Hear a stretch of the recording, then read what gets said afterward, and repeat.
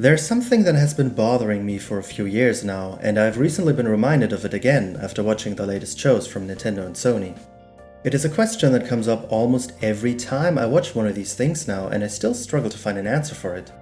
Whatever happened to good video game showcases? In order to understand where I'm coming from, I should probably talk about my experiences with watching these glorified ads. I started watching E3 Live in the early 2010s, and while they did a good job at hyping me up for new games, they really weren't great shows. Most press conferences were more about showing sales numbers and services rather than video games. And the games themselves were often represented by executives who didn't even pretend to be passionate about gaming. The initial Xbox One showcase was probably the worst example of this, though I guess it's at least pretty funny to look back at now. Television, TV, television. Television, TV. Xbox is about to become the next water cooler. TV. That mostly changed in the mid-2010s though. Presentations got shorter by having them focus on games, personalities like Phil Spencer and Sean Layden got established, and games got announced that people actually wanted to see, including some that people have waited for years to finally show up again. Sony's E3 2016 show was an especially great example of this. In less than 80 minutes, they showed gameplay from the just revealed God of War reboot, Horizon Zero Dawn, and Days Gone, all while also revealing Resident Evil 7, Death Stranding, Spider-Man, the Crash remakes, Batman Arkham VR, and more. It was the perfect blend of trailers, gameplay, speeches, and even live music. Later the same year at PSX, Sony even had another show revealing Uncharted: The Lost Legacy and The Last of Us Part 2, while putting a spotlight on fan-favorite IPs such as Yakuza. What made these shows so compelling wasn't just the focus on games. It was also a kind of pacing that made them actually enjoyable to watch as shows. There were just enough games shown to feel like there's a lot coming in the future, but not as many as to make them blend together. Personalities spoke with passion and excitement about what they were about to announce, and trailers were often works of art that were entertaining to watch on their own. For a while, it seemed like these shows were getting better and better, but at some point their quality started to drop significantly. Personalities started to fade away and got replaced by faceless voices.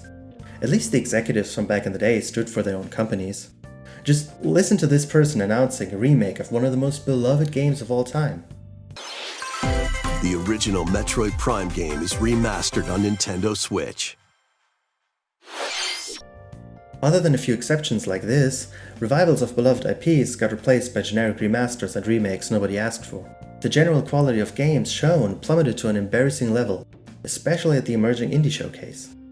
This is probably a result of publishers wanting to show every single game instead of curating their shows like they did before. I also think the general quality of trailers went down.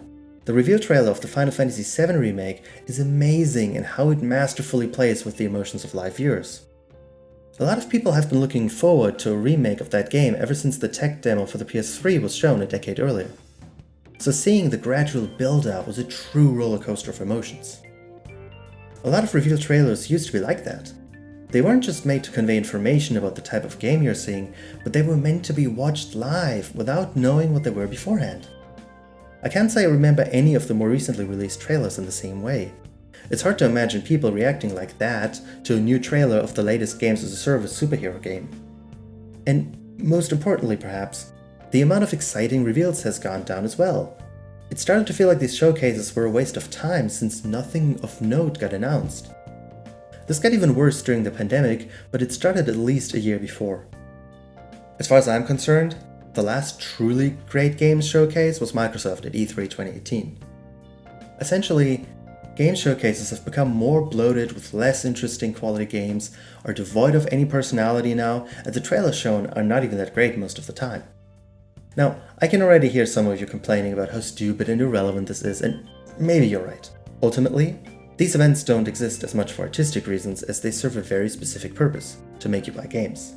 And apparently, games publishers have decided that bold and entertaining showcases with personality in it aren't worth the effort it takes to produce them. Personally, I still miss the excitement of watching the especially good ones. The way I see it though, this is about more than mediocre showcases.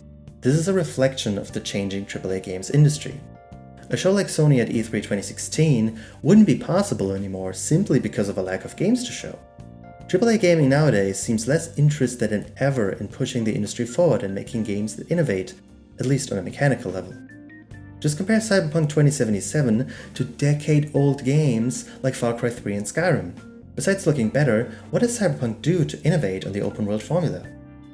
It really is basically the same as almost every other open-world game released in the last decade, just in a different setting. And Starfield will not be much different, judging from currently released gameplay. Maybe this is a consequence of gaming's recent growth. In 2022, the gaming industry made more than $180 billion in profit, with half of that coming from mobile games. Creating a new AAA video game for hundreds of millions of dollars is a much bigger risk compared to releasing another mobile game filled with a ton of predatory monetization.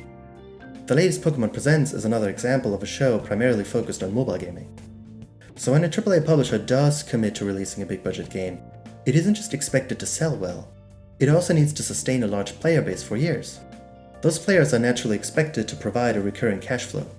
As a result, the traditional AAA game has become a niche product, one that is made only a few times per year, and one that primarily serves to sell hardware and services from Nintendo and Sony.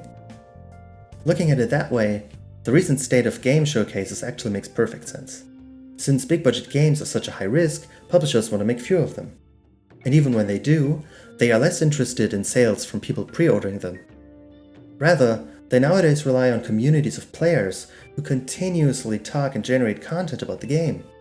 More important than fans who get excited about new releases are those who pick up a game after hearing about it from a friend or one of their favorite streamers. Those people will then play that game exclusively before moving on to the next one. That is the point of almost every games as a service title, and those just don't work nearly as well in a prestige showcase setting. As a result, it might be accurate to say that good video game shows are a thing of the past. And I guess this is the reason why this is still bothering me so much. Every single one of these shows is a reminder of how uninspired AAA gaming has become. Thank you so much for watching. I created this channel to be an outlet for me to discuss any gaming related topic I care about. Videos will be mostly short, probably around 5 to 10 minutes. Be to the point and like the filler I see in a lot of videos nowadays. There's probably going to be a new video every other week while I figure this thing out, but once I'm faster at writing and editing, I might make a video per week. If you have any feedback, please feel free to write a comment. Thanks again, and see you next time.